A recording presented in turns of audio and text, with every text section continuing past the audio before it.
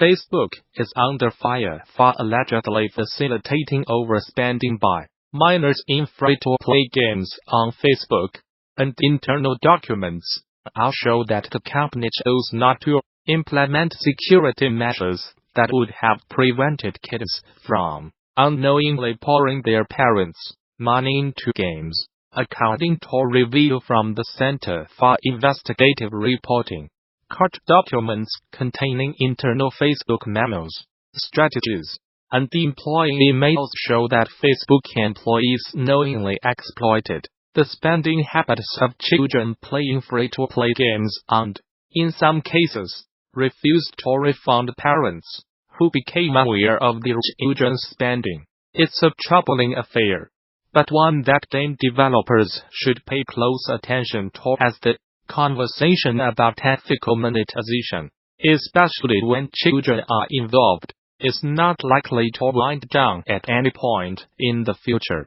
A full overview of the particularly troubling bits of what was released can be found over on Review's website, including links to the released documents and snippets of conversations between Facebook and the developers of the games in question. Some of those documents label children as whales, the term typically used to describe the biggest spenders in free-to-play games PLAYERBASE. In many cases, overspending by minors was the result of either children not realizing they were spending real money by purchasing in-game goodies and currency, or parents not knowing that their credit card information had been stored in the games that their kids are playing. According to internal documents, a team of Facebook employees set out to solve the issue and eventually devised a system that would require players to re-enter some credit card information to verify that the spending was intentional and permitted by the credit card owner.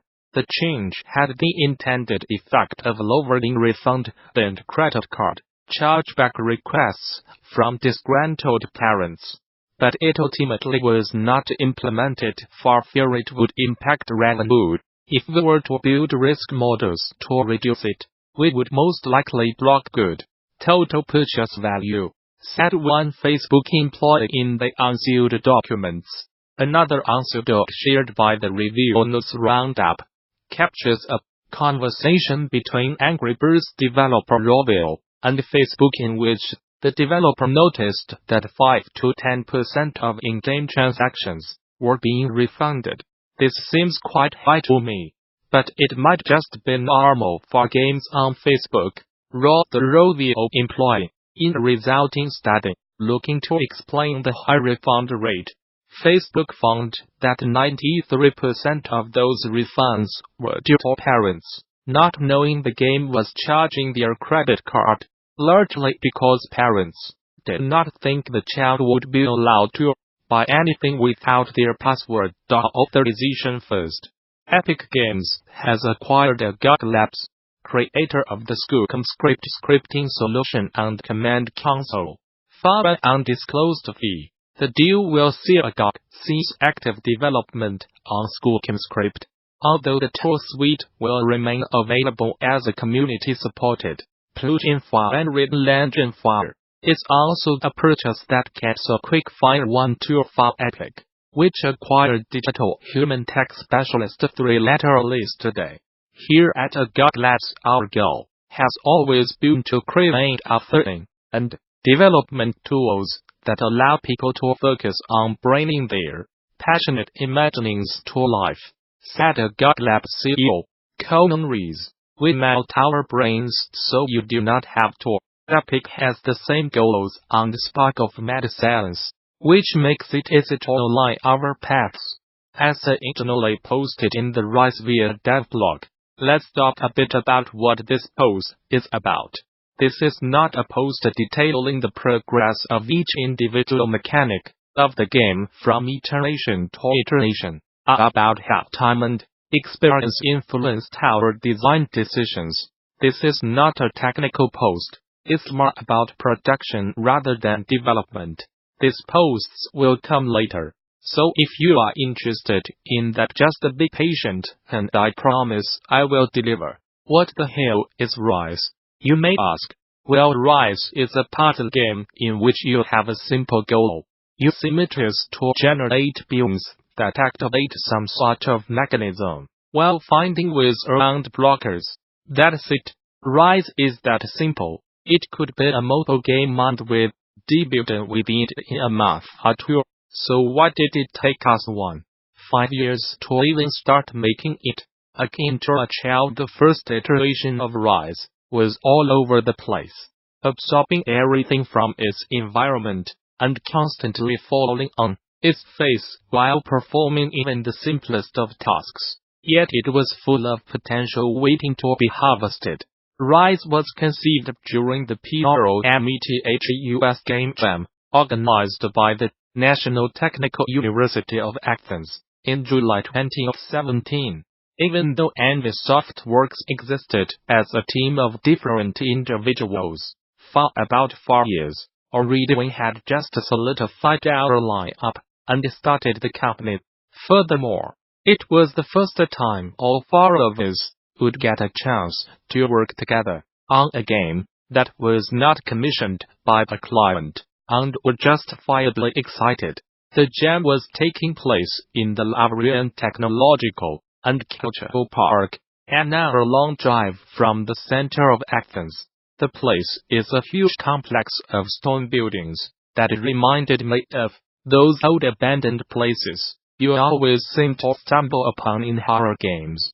During the weekend, only the gamers had access to the place, and we were free to explore and get inspired by it.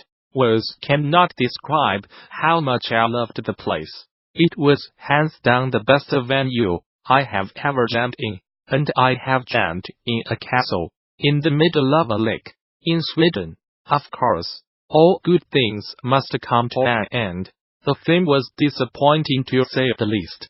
I am not sure how that came to pass, but the organizers decided that the theme for the PROMETHEUS Game Jam should be, well, PROMETHEUS. Oh well, we work with what we have. In Greek mythology, PROMETHEUS was the titan that stole the fire from the Olympians and gave it to humanity, thus kick-starting our civilization. It is a nice myth that made something very clear to us. We had to play with fire. A few hours of talking and doodling, and we had decided on our course of action. Rise was going to be a third-person puzzle exploration game set in a dark post-apocalyptic world, with prominent themes of fire and sacrifice. You would solve puzzles by spreading fire to altars that would lift some environmental constraint that halted your progress. To make our world seem richer, we had the protagonist give exposition in the form of transitional audio between the puzzles. Development went surprisingly smoothly, despite hitting some speed bumps over arguments concerning the art style and suffering a couple of nervous breakdowns. 48 hours later, and we were pretty satisfied with the result. Unfortunately, the judges were not. A problem I have with competitive game jams that offer monetary rewards is an artificial feeling of authority the judges often radiate. It's easy to assume that if a panel of people did not find your game worthy of any recognition, your game must be trash. If I remember correctly, the jam had 3 winners and 7 honorable mentions, 4 categories like narrative, art, innovation, etc. We won nothing. We are not sore losers, but after 48 hours, with almost no sleep, it's easy to get depressed. We are finally professional game developers. How bad is this thing? It did not win anything. Amateurs fared better than us. I now realize that this kind of thinking is idiotic. No panel can judge the value of a game. Not everyone will like it, and that's okay. The players will always have the final say. Of course, no game is perfect, but if no one gets any feedback from the judges, winning can be worse than losing. I am of the opinion that the secret to improving the game lies in a fundamental belief that the game is flawed. After all, you cannot fix that which is already perfect. In retrospect, I am happy we lost that game, and if we won, I think that the journey of Rise would end 48 hours after it began. In any case, after suffering such a defeat, we needed some time to recuperate.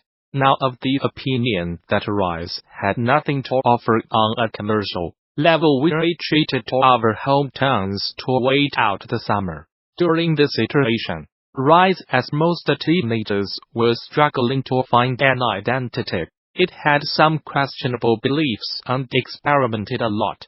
It was obsessed with space and insisted it was going to be an astronaut when it grew up.